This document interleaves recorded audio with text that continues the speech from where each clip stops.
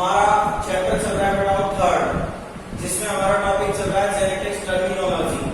मैंने आपको कल क्रॉस के बारे में पढ़ाया था कि monohybrid cross, dihybrid cross, trihybrid cross, polyhybrid cross. Mono का मतलब है जिसमें सिंगल कैरेक्टर्स की या सिंगल एलील की स्टडी की जाती है, और डाई हाइब्रिड का मतलब जिसमें 2 पेयर्स की स्टडी की जाती है। ट्राई हाइब्रिड का मतलब 3 पेयर्स, और पॉली हाइब्रिड का मतलब मोर देन 3 पेयर्स। अब नेक्स्ट आता है मोनो हाइब्रिड रेशो। तो देखिए ये ओनली एक रेशो है जो कौन से क्रॉस में आता है, मोनो हाइब्रिड क्रॉस में। कौन से क्रॉस में? Mono hybrid. इसी तरीके से रेशो जो कौन से क्रॉस में गेट होता है, डाई हाइब्रिड क्रॉस में, तो उसे हम क्या कह देते हैं? Dihybrid ratio. तो डेफिनेशन का बनी the ratio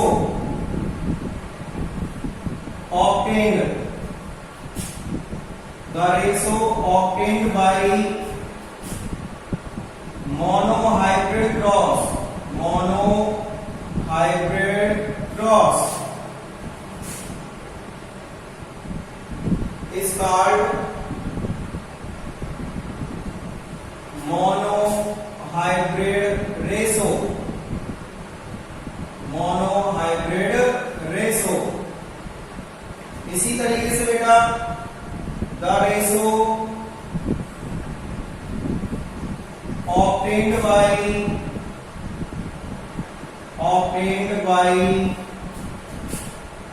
dihybrid cross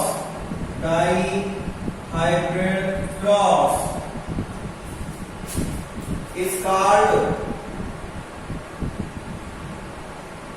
dihybrid ratio.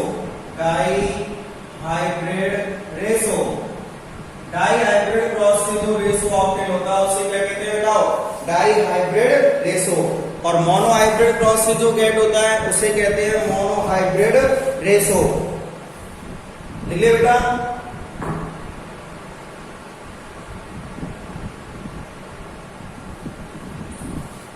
Next देखिए बेटा,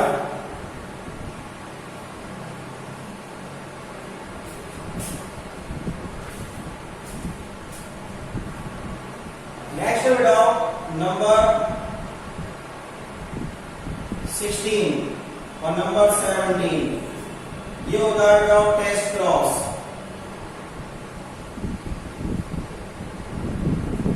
और नेक्स्ट है बेटा बैक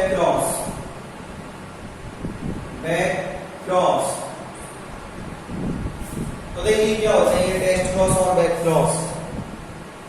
देखिए बेटा इन दोनों में F1 जनरेशन का, किस चीज का बेटा? F1 जनरेशन का क्रॉस करवाया जाता है। क्या करवाया जाता है? क्रॉस। कौन सी जनरेशन का? F1 जनरेशन का। अब वो क्रॉस बेटा किससे करवाया जाता है? देखिए यहाँ पेरेंट्स 2 टाइप के होंगे, एक तो रिसेसिव एलील वाले और एक डोमिनेंट एलील वाले। कौन से वाले बेटा? रिसेसिव और डोमिनेंट। अगर मान लीजिए इनका क्रॉस किससे करवाया गया है? रिसेसिव एलील पेरेंट्स से। किससे करवाया गया है? रिसेसिव एलील पेरेंट्स से। तो बेटा आप इसको कौन सा क्रॉस करेंगे? Test cross. कौन सा क्रॉस करेंगे? Test cross. दूसरे पेरेंट्स कौन से होते हैं बेटा? Dominant allele parents. दूसरे कौन से होते हैं? Dominant allele parents. मान लीजिए इसका क्रॉस इन दोनों से करवाया जाए, किसी से भी, तो उसका कौन सा क्रॉस कहेंगे? Back cross. अगर केवल रिसेसिव से करवाया गया है क्रॉस तो उसे कहेंगे टेस्ट क्रॉस, और बैक क्रॉस में या तो रिसेसिव से होता है या डोमिनेंट किसी भी एक से होता है, तो उसे हम क्या कहेंगे? Back cross. ठीक है? तो देखिए बेटा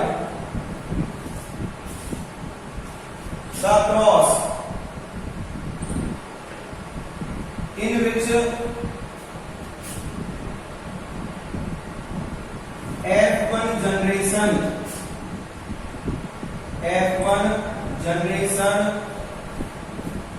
is crossed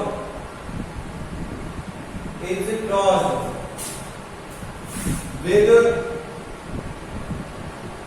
recessive homozygous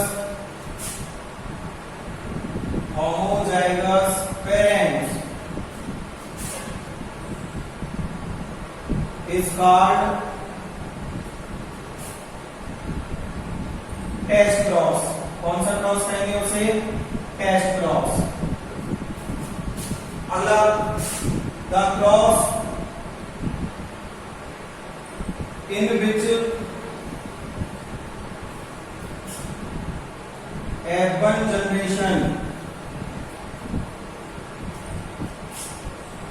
is crossed, cross करवाया जाता है विद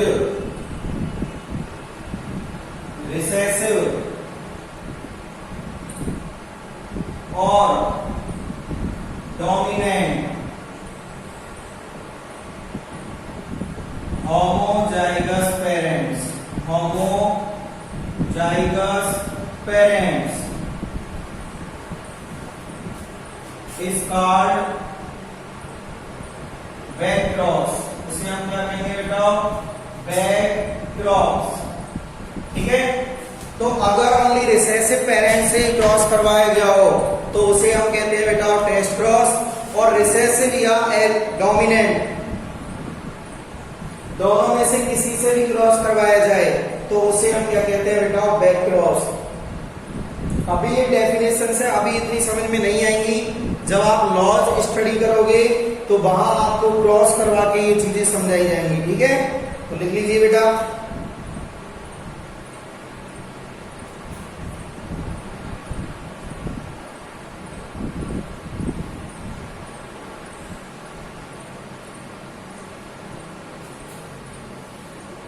नेक्स्ट देखिए बेटा, रेसिप्रोकल क्रॉस। अब कौन सा क्रॉस स्टडी करेंगे बेटा? Reciprocal cross. Number 18, reciprocal cross. Reciprocal का मतलब क्या होता है बेटा? अपोजिशन। तो देखिए इसमें दो केस होते हैं, केस फर्स्ट, केस सेकंड। मान लीजिए बेटा दो पेरेंट है ए और बी। अगर मान लीजिए ए में केस फर्स्ट में इसको मेल माना जाता है, इसको फीमेल, और केस सेकंड में इसको अपोजिट कर दिया जाए, ए को क्या मान ले? फीमेल, और बी को क्या मान ले? मेल। दोबारा समझिए, केस फर्स्ट में ए को क्या मान लेते हैं? मेल, ठीक है, और बी को क्या मान लेते हैं? फीमेल। और अगर केस सेकंड में इसकी अपोजिशन में ए को फीमेल और बी को मेल मान लिया जाए तो बेटा ये रेसिप्रोकल हुए नहीं हुए, और इस तरीके के क्रॉस को क्या कहा जाता है? Reciprocal cross. The cross in विच पहला प्लांट ए को क्या मान लिया जाता है? मेल, बी को क्या मान लिया जाता है? फीमेल। सेकंड केस में ए को मान लिया जाता है फीमेल और बी को मान लिया जाता है मेल। तो उस क्रॉस को हम कौन सा क्रॉस कहेंगे बेटा? रेसिप्रोकल क्रॉस कहेंगे। ठीक है, लिख लीजिए बेटा।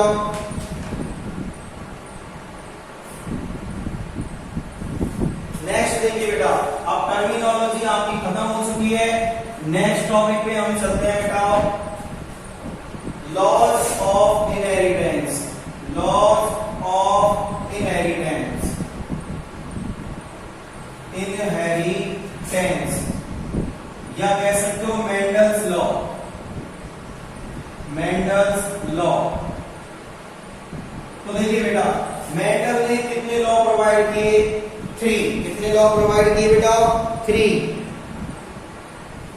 देखिए उसका जो फर्स्ट लॉ है बेटा उसे कहा जाता है लॉ ऑफ डोमिनेंस। क्या कहा जाता है? Law of dominance. इन सबको हम डिटेल में स्टडी करेंगे। सेकंड होता है बेटा लॉ ऑफ सेग्रीगेशन। कौन सा होता है? Law of segregation. और law of purity of gametes. Of gametes, ठीक है। और नंबर 3 होता है बेटा लॉ ऑफ इंडिपेंडेंट